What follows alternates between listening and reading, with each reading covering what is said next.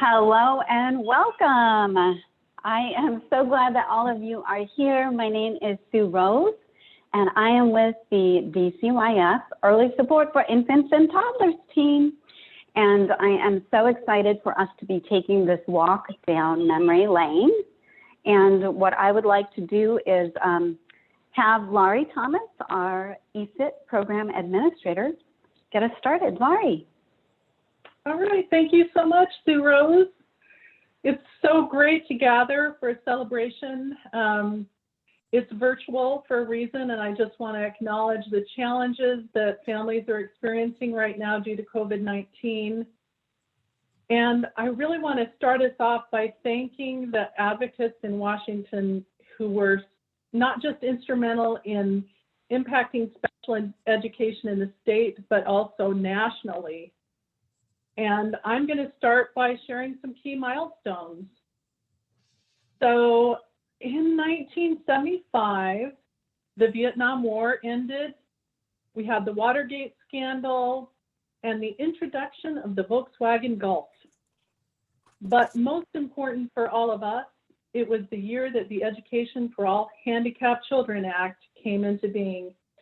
It was 45 years ago. It was frequently referred to as Public Law 99-142, and it required that all public schools that accepted federal funding had to provide equal access to education for children with disabilities. And this paved the way for special education as we know it today.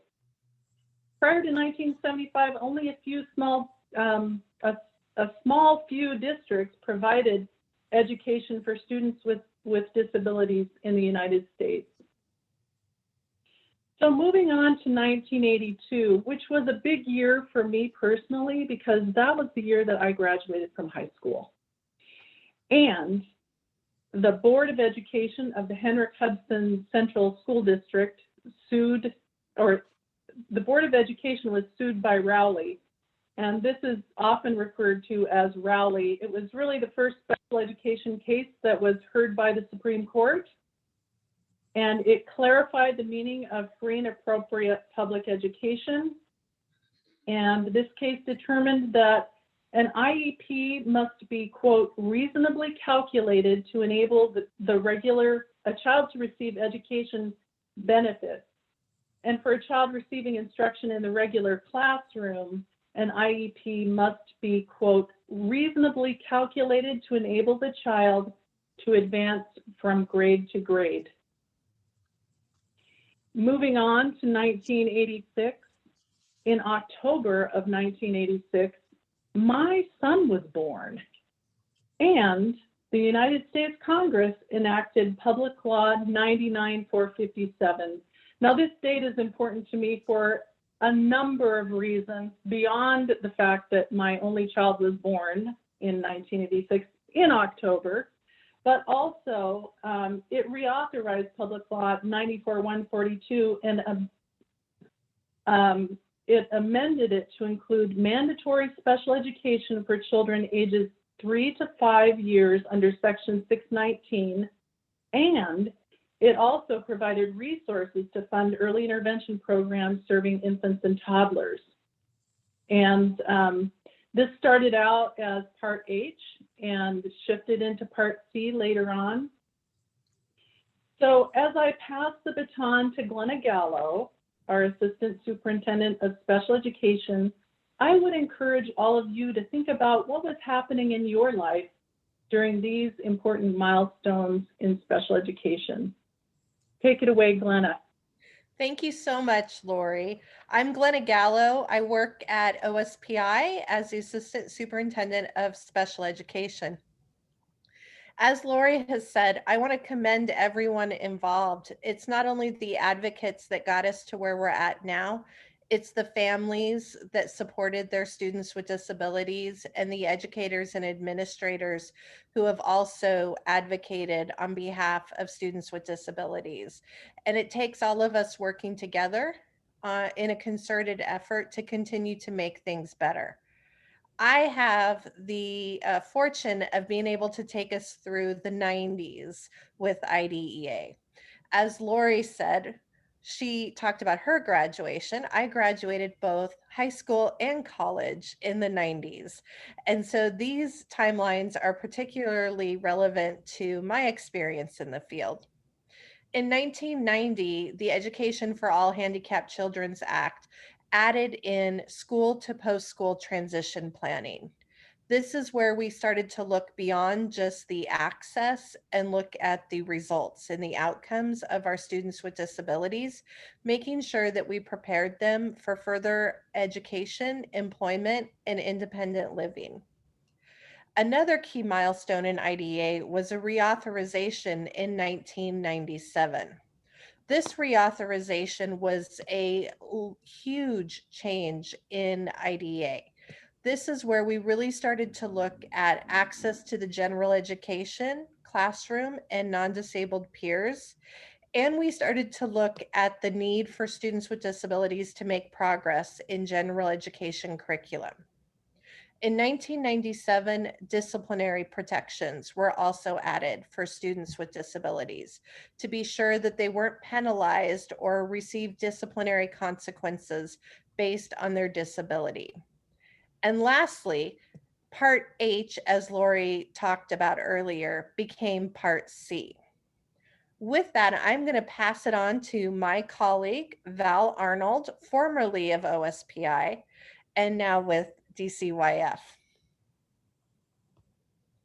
Glenna, I'm so happy to be here with you all, and want to add my appreciation to Laurie and Glenna's acknowledgement of all of the combined work of our advocates and families and educators across the state of Washington. My opportunity over the next few minutes is to share with us all 2 additional milestones, and then just a couple of quick touch points on our hopes for the future. So to start off and pick up where Glenna left off in the milestones, in 2004, we see the Individuals with Disabilities Education Improvement Act of 2004. Now, we didn't really change the acronym. People still refer to the federal legislation as IDEA, but that Improvement Act of 2004 under Part C brought us greater accountability for ensuring improved child and family outcomes and taking that critical question about what happens as a result of the services being provided just a little bit further. The reauthorization in 2004 also elevated the importance of parent and family engagement in all aspects of their child's development and service delivery choices. It also enhanced child find efforts, including the requirement for a central directory, and expanded evaluation processes to include a multidisciplinary team.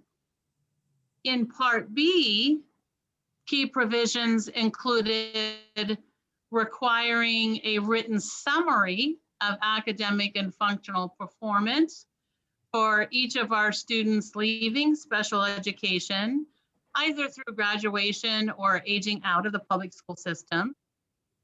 Another key provision was the concept of special education teachers who were teaching core subjects to be, quote, highly qualified. And also additional procedures to ensure the appropriate and most importantly, timely identification of students with learning disabilities and not relying on what was once referred to as the wait to fail model. Then we look ahead to 2011 as another key milestone. IDEA Part C in 2011, final regulations for IDEA Part C were published, reinforcing and reflecting the changes made to IDEA Part C in that 2004 reauthorization. Just some quick touch points about hopes for the future. Our hopes for the future include improved academic performance for children and students with special needs, universal design for learning for all children and students, and racial equity and social justice mechanisms will be in place. Aspirations in our state agencies' different equity statements will have become a reality in the future that we're hoping for. And as pointed out to me by my colleague, Will Moncrief Jr., in the future we're hoping for, we will have reaped the benefits of the historic equity policy package announced by Governor Inslee just this Monday for the upcoming 2021 legislative session, which does include 16 specific equity measures, 2 of which include advancing equity on school campuses and improving equity for students in foster care and students who are experiencing homelessness. What I'd like to do next, as we continue to stroll down memory lane together, and we continue to recognize the significant impacts of the work undertaken by iconic advocacy leaders in our state, I'm going to turn the mic over to one of them. I'm going to turn the mic over to you, Lance.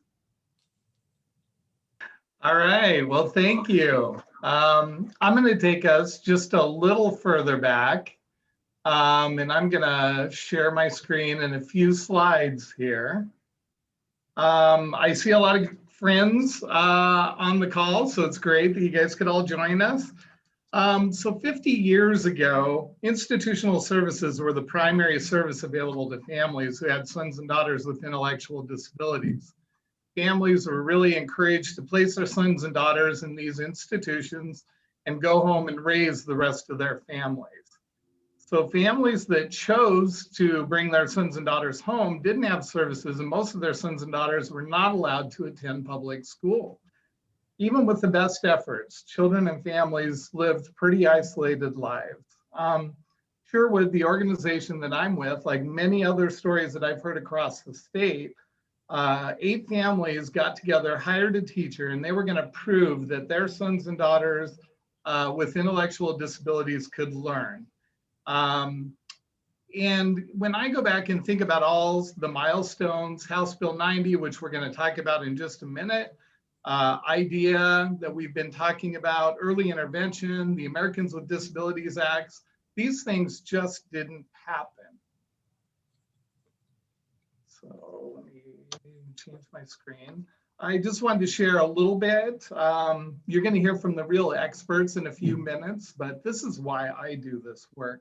I was working in a sawmill in North Idaho when my son had a near drowning accident in 1990. It changed my life and my career, and I would never thought I'd be doing the things that I'm doing today if that wouldn't have happened. In 96, 97, I was lucky enough to be a part of a leadership development program, and I met Cecile Lindquist, one of my mentors.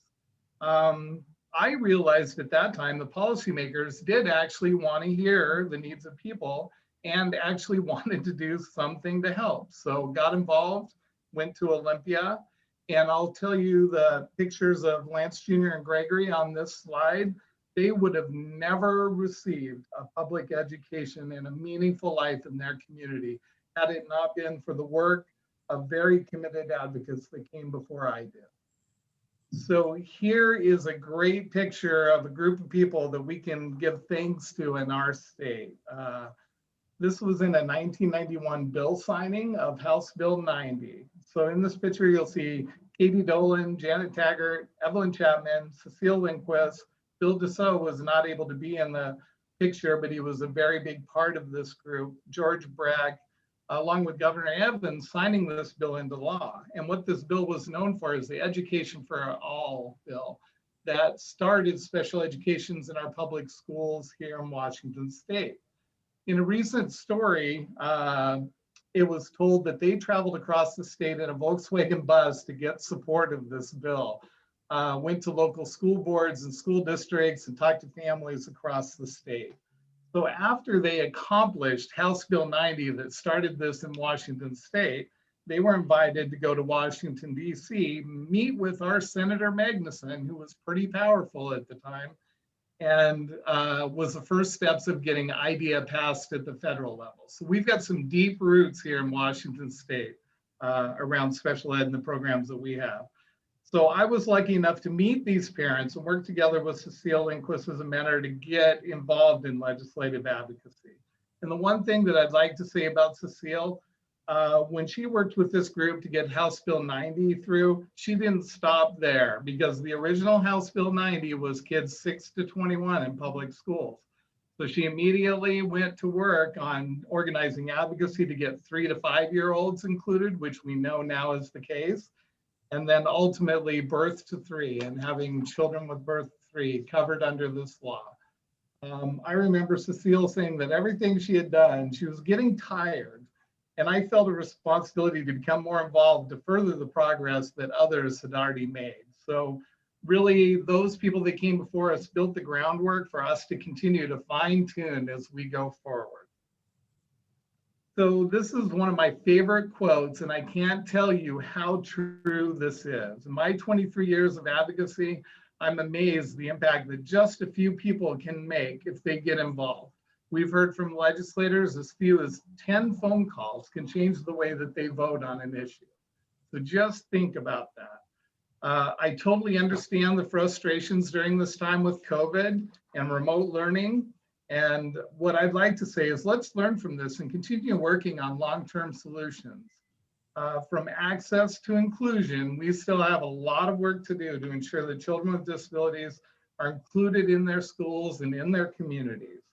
I would recommend that you work with stakeholders, specifically to early intervention, the We Care Coalition that Cecile and Cassie Johnson started, ECDA, which is the Early Childhood Development Association of Washington, the Parent Institute for Engagement, the PI group at the ESIT level, and the SICC advocacy funding committees, parent coalitions, ARCS, Children Alliance. There's all kinds of people and groups that you could join to become involved in advocacy. So what I'd close with is your voice matters and you are the experts. If you speak up, tell your story, get connected to advocacy groups, there's no limit to what we might accomplish in our advocacy. I have no initials or post-secondary education, initials after my name. If I can do it, you can. We all have a responsibility to continue to advocate for a better future for children and adults with disabilities in our communities. So let's celebrate the awesome accomplishments that we have made already, and let's step up and meet the challenges now and in the future. So thank you very much for that time. And I'm going to pass this on to Tammy McCauley and the real experts.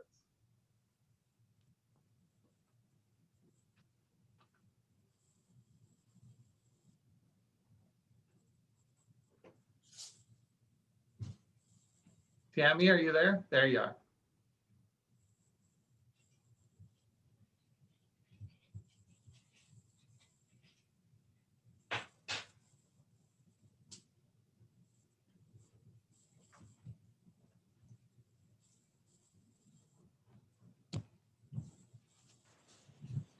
Sue Rose jumping in here. Tammy, how you doing there? Let's see.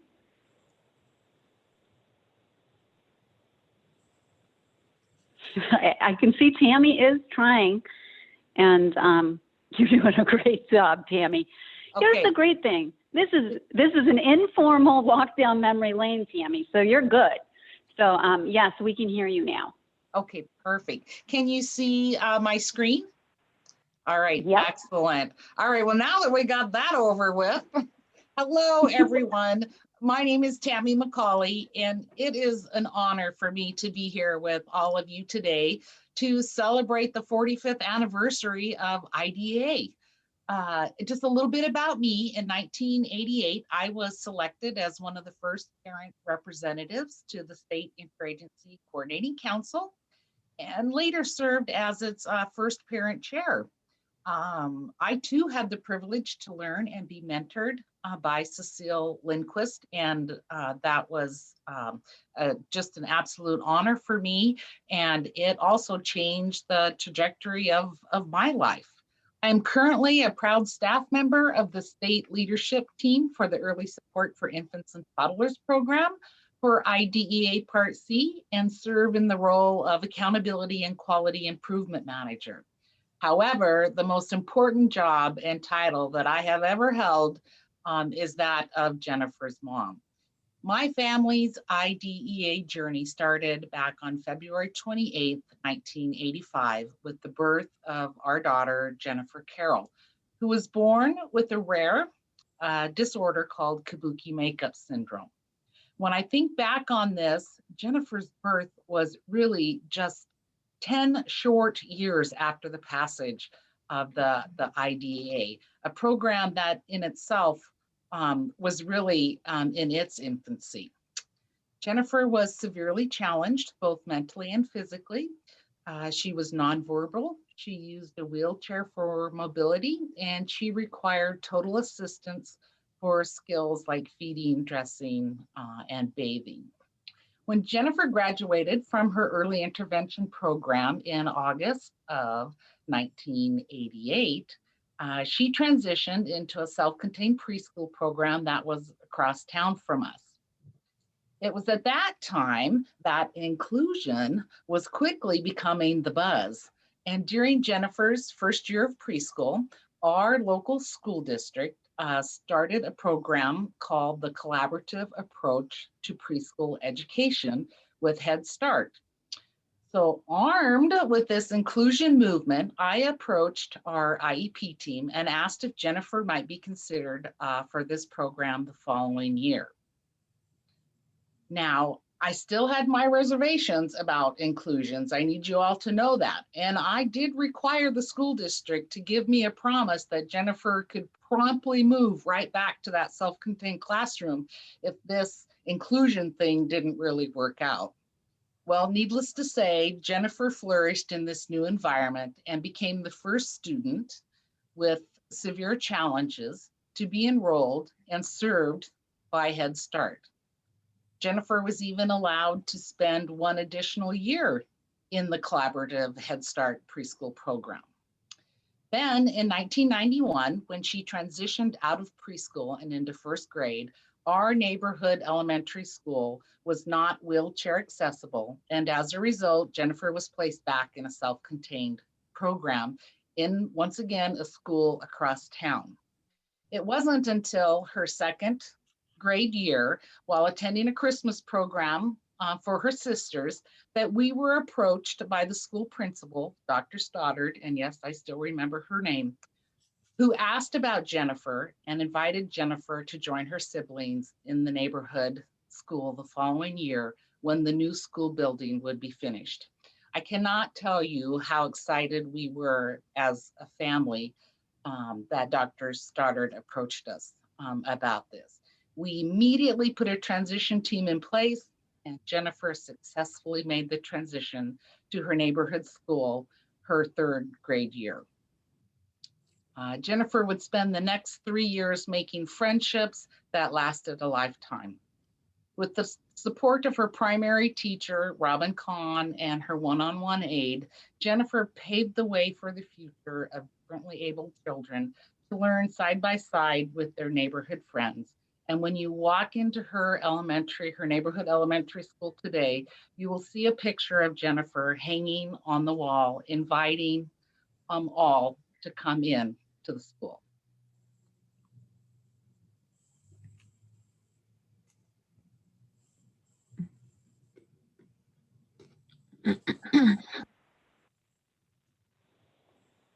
Okay. Wow, Tammy, it's Sue Rose. Thank you. Thanks, Tammy. Thanks, Val. You're welcome. That was beautiful. Oh my goodness. It's Sue Rose. I keep I'm inserting myself here and I shouldn't be. Tammy, were you, I didn't want to cut you off. No, I'm done. So let's move on Okay. to the next parent. Okay, awesome. I think that's Darcy.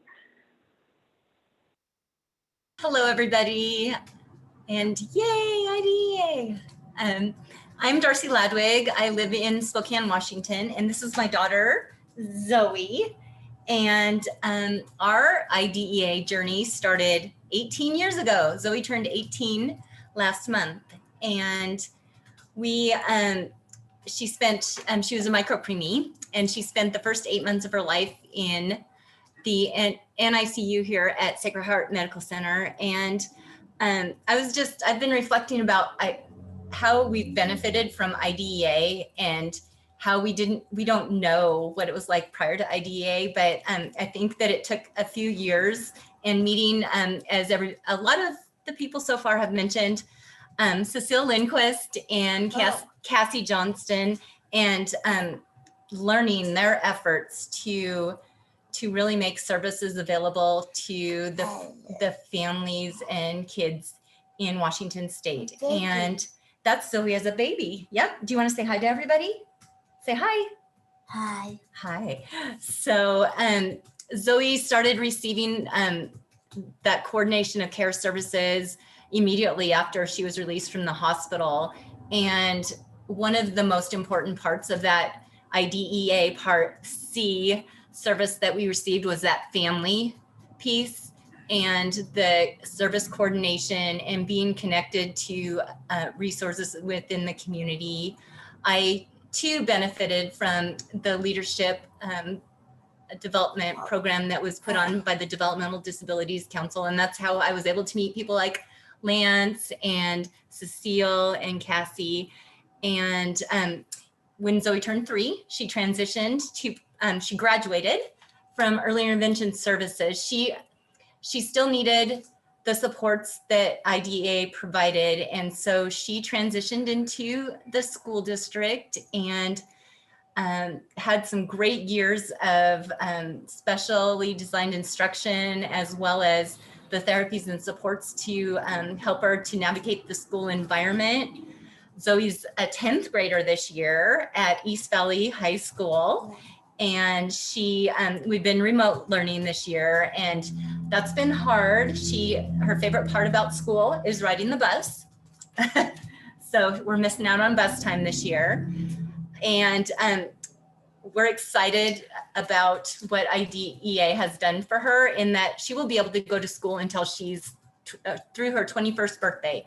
So the next few years we'll add those supports that will help her to gain job skills, life skills, and building up those connections within the community. And I really can't imagine what a life would have been like had we not had those people not come before us and really advocated and believed that our children could learn and that they were valuable and that they had something to give to the community. And so thank you everybody for joining us in this celebration. And we need to keep, like Lance mentioned, we need to keep advocating as things move forward and continue to improve and build upon.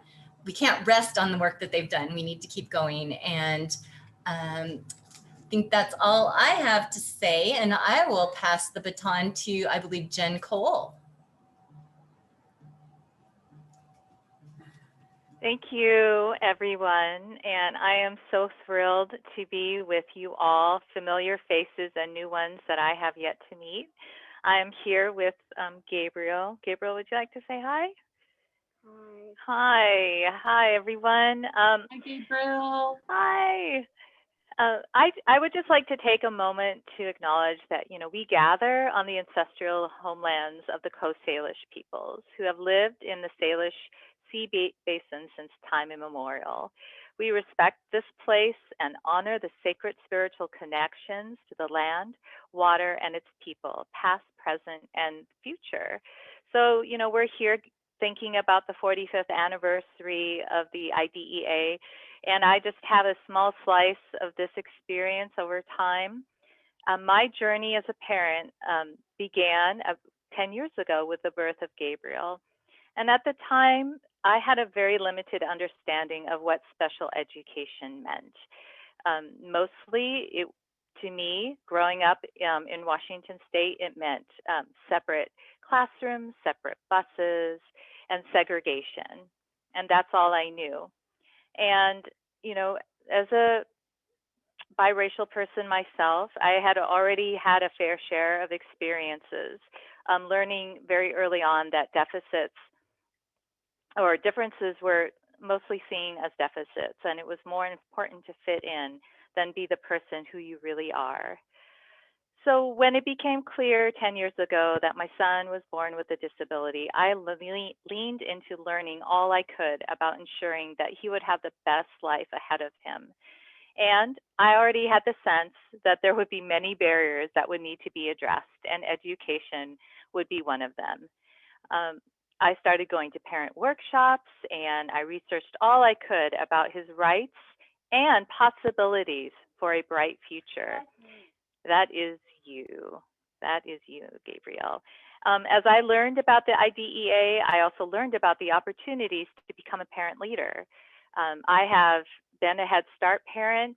I joined the Snohomish County Family Interagency Coordinating Council very early on, as Gabriel was eligible for Part C, early intervention. And then also when he got ready for school age services, I found my way to PAVE. PAVE is our state's Parent Training and Information Center, also funded under the IDEA. So today, you know, I'm still on this journey as a parent. Gabriel is on this journey too. And being a parent leader can mean so many things. There are so many ways to lead, and it begins in the home. It begins with the love that I have for Gabriel and holding high expectations for him. It means that I ask him to do things that are hard, and that even extends to remote learning at this time. I am amazed at how much he has grown and developed over the years.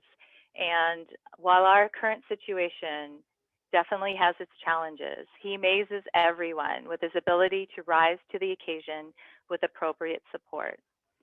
There's a place for everyone in advocacy, for every parent, caregiver, community member, educator. The IDEA has an opportunity for us all to be involved to make meaningful change for students with disabilities. I am thankful for the opportunity to extend myself and the love I have for my son in ways that I could not have imagined. And I am grateful for all the parents, caregivers, families that came before me, because truly I stand on their shoulders. And together we can work together towards beyond just creating access, but true inclusion that is equitable for every learner, including those who receive special education services. We are better together, and when everyone is valued and included. Thank you. And I'm going to pass this off to another stellar family leader, E. Renee. Thank you, Jenko. Hello, everyone. My name is E. Renee Antalon, and I am based here in Olympia, Washington. I am a Desert Storm Army veteran and a grandparent with a capital P, because I've been raising my two grandkids, Callie and Chili, ages soon to be 6 and 7 years old, for the past 6 years. She got the picture up. As you can see by the picture, we crawled into IDEA in the year of 2016. Prior to getting custody of my grandkids, I was doing cartwheels of freedom for 3 years, as I was an empty nester. But alas, because they were born drug impacted, I had to take non-parental permanent custody. I greatly so appreciate IDEA and its creation. I knew my grandkids early on were not developing along with their peers. I knew they needed help, and I sought it out. I had to find the resources. I had to find the assistance. I started searching and found South Sound Parent to Parent. I walked into their office just tired, confused, exhausted. But I walked out 2 hours later with an experienced, a motivated, and compassionate early intervention team at my shoulders. Within 45 days, my home schedule just blew up. First home visits, therapy referrals, home schedule, appointments. I had calendar upon calendar. I thought I had a new recruit, a baby juke boot camp. Okay. The support services we received and the compassionate and knowledgeable professionals behind them have just been truly amazing, uplifting, tremendously beneficial. It has set my grandkids on the path to their success along with their peers. They're now kindergartner and first graders, leading very busy, productive, virtual learning lives. As I said, we crawled in. There they go. We crawled into IDEA in year 2016, and we'll be zooming with IDEA into year 2021. I could have been the parent who did not see or the parent who saw and did not do, but I am the parent who knew something had to be done and did it. Just as it was my honor to serve and protect our country as an active duty soldier, I now serve and protect and advocate for our children, for our future. From my heart to yours, I can never tell you how much IDEA has been to myself and my family. Also, because of IDEA, I stumbled across an application a few years ago to join the Parent Institute of Engagement. I didn't know at the time that meeting Sue Rose at the Infant Toddlers Conference in that May, and her giving me the eye, and I giving her the eye, that I would be here now as SICC Vice Chair and the Parent Caregiver Leader and Rep. Such an honor to be here, to be part of this momentous occasion to celebrate IDEA in their 45th anniversary. I thank you, and I pass the baton on to you, Whitney.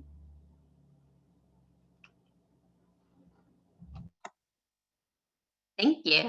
Hello, my name is Whitney Storr, and I am the mom to the most spectacular little boy. His name is Malachi. He is 2 years old. That is him right there. We are currently preparing to make the transition from Part C, early intervention, birth to 3 services, to our local public school system. This transition and early intervention supports of course, was made possible through the Individuals with Disabilities Education Act. So Malachi was born with a condition called spina bifida. It is a neurodevelopmental condition. It happened very early during his development in the womb. He is a full-time wheelchair user. He requires a trach to breathe, and he eats through a feeding tube. He's had open heart surgery and has a history of seizures. He had a hard start to life. He had 5 life-saving surgeries in his first year. And then after that, he spent over 14 months of his first 2 years in the hospital. Since then, we've been playing catch up. He's had to catch up on his growth, his development, his overall experiential learning. He's delayed because how could he not be with everything that he's been through? But Malachi is also a beneficiary of his time. He certainly benefits from modern medicine. We spend a lot of time in that area.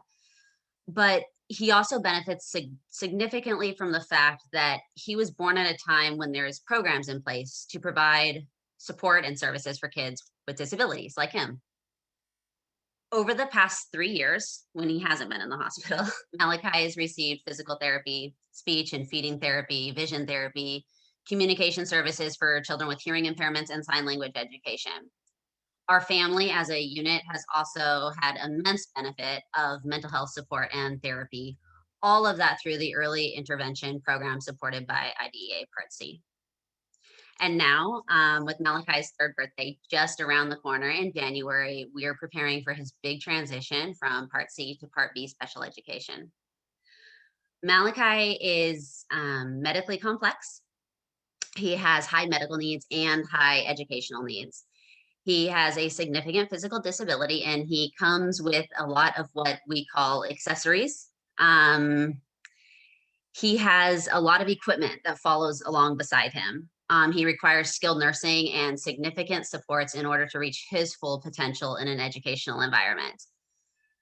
Basically, before IDEA, his dad and I would have had an extremely hard time finding an appropriate educational environment for him.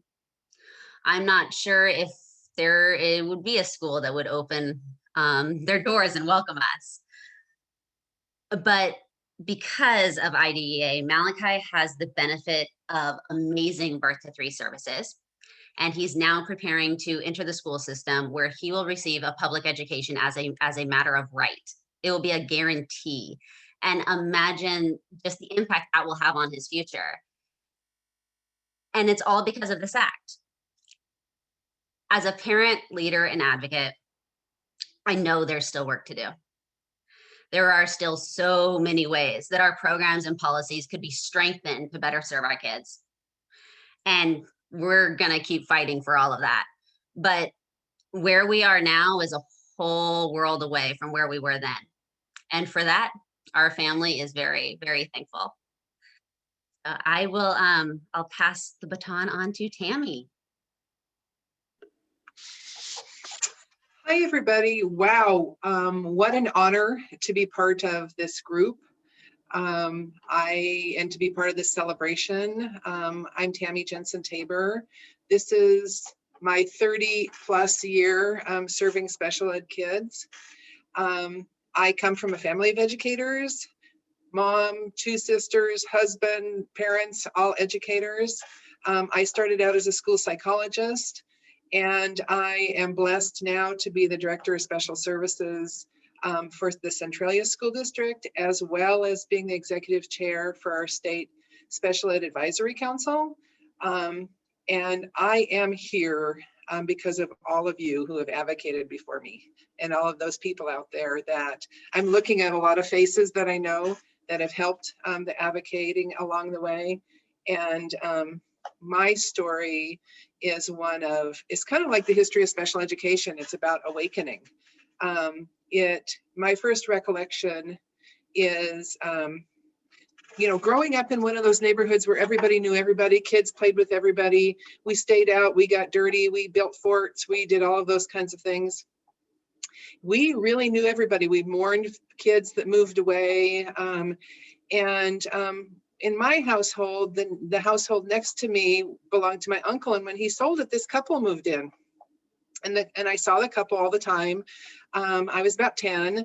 And then all of a sudden, one weekend, here is a child, a young adolescent boy. And I'm out in the backyard with my mom, and I said, well, who's that, right?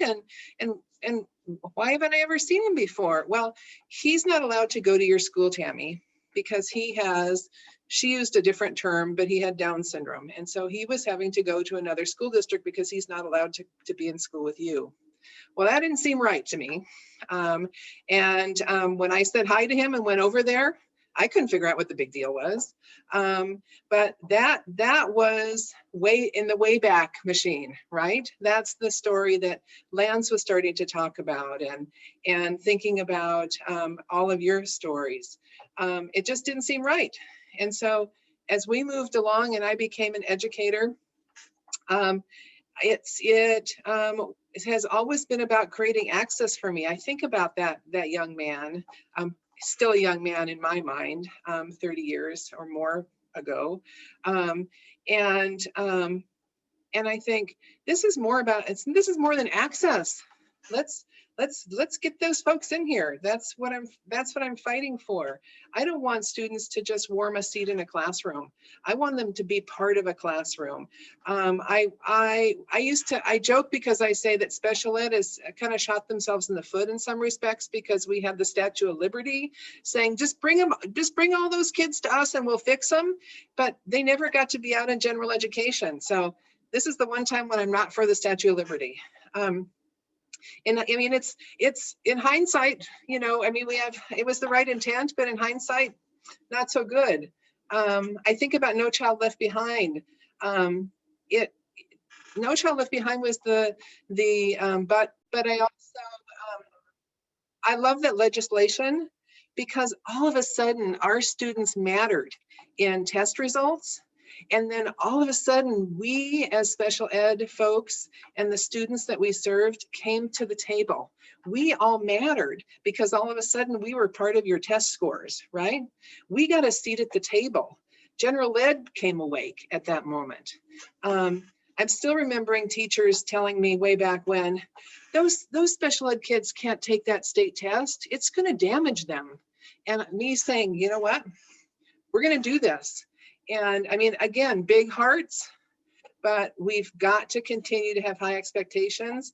And I can't think of anybody who was damaged from taking the state assessment. But the other part that I watch around all of this is the evolution of parents. Parents sitting at meetings early on in my career, just nodding and just being thankful that that their kiddos got to come to school. Now they're demanding, and I'm wanting that demanding for the best for their kids and the highest expectations. And that's the focus. When I taught IEP classes at a university, I would always say, guys, don't be afraid of parents. Be honest with them, partner with them, ask them what they want for their kids in the future. And they will be honest with you. They are the experts on their kids. This is about a partnership, not about you holding all the special education knowledge. Give your knowledge away. They have knowledge to give you too. And so I think that that's why my journey has brought me to thinking about the state of Washington being an includer, a leader in starting the whole special ed movement. But now we're becoming a leader in the inclusion movement. And so that's why we're awakening as a group together.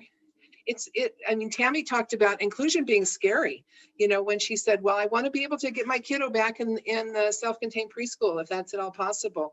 And look, it's scary for everybody. We're on this journey together, and it's not going to be perfect. Val Arnold says, action is better than perfection. I love that. And so that's my journey, is just working with teachers and educators and parents and saying, we're all in this together. And that's part of my journey. And it's also part of my journey to say, as executive chair for the Special Ed Advisory Council, log in, be part of our parent forums and community forums, give your voice to the inclusion process. Tell us what you're experiencing. We want to hear. That's how we can help. So I'm going to pass it off to Jeff. Jen is part of the SEAC, and now I'll be passing it off to Jeff, who's part of the SEAC as well. Thank you, guys. Thank you, Tammy. So my name is Jeff Brown. As Tammy mentioned, I'm one of the executive members of the SEAC, or Special Ed Advisory Council. You're special ed folks, so I know you all know acronyms with me and love them. I'm also the executive director up here in Burlington Edison School District. And I'm, like Tammy, just so honored to be invited to be part of this tonight, and part of this amazing, loving community that supports and advocates for IDEA. Similar to other folks that have been speaking here today, I have a connection with IDEA. My connection is that we are both 45 years old. Not quite the exact day, but we share a birthday. That's kind of fun, or birth year. Fortunately, we have both changed over those 45 years, and mostly for the better, but not without plenty of growing pains for the both of us. I count myself fortunate that I was born into a world, well, okay, I was born a few months early, but my experience has been a world where special education has been a service and a program. And I can think back about my my development, my aging, and watch special ed grow as well. I remember clearly as a young child in elementary school when my elementary school began to have an integrated special education program. And I can remember that that program exists, not because of a great deal of interaction, but when a schedule change would change recess schedules. And there were students on the recess that I never saw in school, but I saw them in the recess. And that opened up a little bit of a door or a window to me into something that was occurring that I wasn't privy to. And over the next 18 years of our education, my education and IDEA's education, we matured a little bit, and we start to see shifts occurring in special education, like Lori and Glenna were talking about.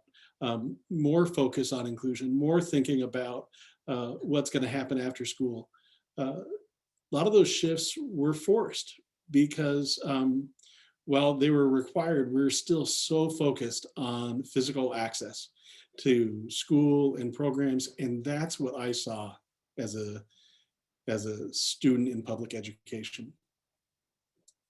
I left public ed for 4 years and went and got a degree and came back to teach in the field of special education. And in my first job was teaching in a separate day school where we had students with traumatic histories that often had substantial struggles with emotional regulation. And what I saw there kind of broke my heart. And I still have journals from journal entries that I wrote when working there, where I saw with lack of understanding or lack of just where we were in the time, kind of a punitive measure or models to inspire compliance or to have students engage in academics. And it broke my heart, and it also reaffirmed in my own mind, we need to continue to change and adapt IDEA. Because even then, so 20 years into it, we were still talking about access and not thinking about what it means to provide support to the student. So why is that beeping? Sorry about that, everybody. So I wanted to be part of something different. I was drawn to work with individuals and leaders who made it a priority to understand our students and to embrace those strength-based models. Those individuals who viewed that IDEA as a civil rights law and made leadership moves that were based off of ethics, that were grounded in compliance and regulations, but really based off of ethical decisions. And I got to become part of a team that prioritized focusing on understanding and support of individuals rather than just maintaining or mandating access. And I am just so thankful that now I get to continue with some of that work, and that I work in a field, and specifically a field of education, where we do continually grow. We're not satisfied with where we're at. It's just not enough to be where we are. And I think recently we see this return to the civil rights idea of IDEA. And we dig deeper into meaningful inclusion and what that looks like. How do we need to shift our educational programs so that, like Jen Cole said, we really do understand the unique characteristics and strengths of every one of our students? If we have a student who's experienced migratory life, if we have a student who's entering school from a different country and is now learning a second language, and our students with disabilities, how do we practice principles of UDL, Universal Design for Learning, and other high leverage moves so that every child can explore and master those key standards and concepts, and truly that education is accessible to all, and that education is tailored for everybody. That's our work ahead. And when I think about being 45, I also know that 50 is not far away. And that's going to open up a door to have another celebration. So what will IDEA look like in 5 years when we're doing something like this? Maybe we're even doing it live. But we're doing some sort of celebration, and I'm excited to see where we go next, and that we just get to continue to build and improve on all the work that's been done before us. And that's all I have to say. Thank you so much. I think I went a little longer than I had planned. Sue Rose, I'll hand it back to you. Excellent. Jeff, that is just fine. How wonderful. Oh my goodness. So, okay, it is 3:57. We have 3 minutes left together. And I would like to know if folks, if you want to chat in the chat box, let us know if you're interested in us trying to schedule another one of these and have others be able to share their stories in the coming months. You can, we've got some great folks with us today that sounds like we have some great stories that we could pull from. So let us know if you are interested in that and if this was meaningful for you. I know it was for me and many of us on here. So I'd love to hear. So fill up that chat box, and you can also email me. So I'm going to put my email into the chat box. I'm Sue Rose at DCYF.wa.gov. And good. So I'm seeing good. More stories, more visionary thinking. Yes. Okay. I love that.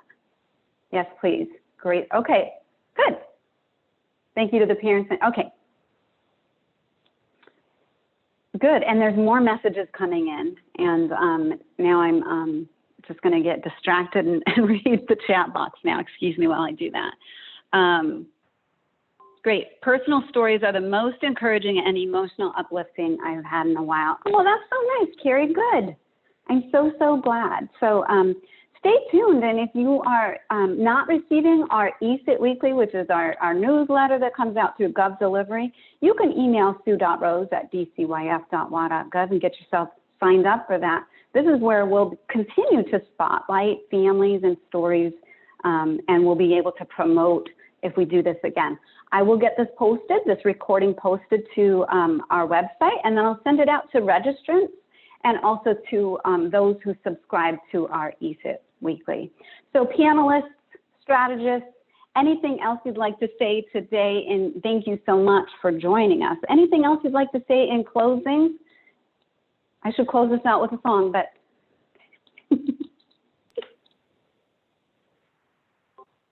Thank you so much, everyone, for all your sharing, for your stories, for your work, for your advocacy, for your inspiration. Have a great evening, everyone. Thank you. Bye-bye.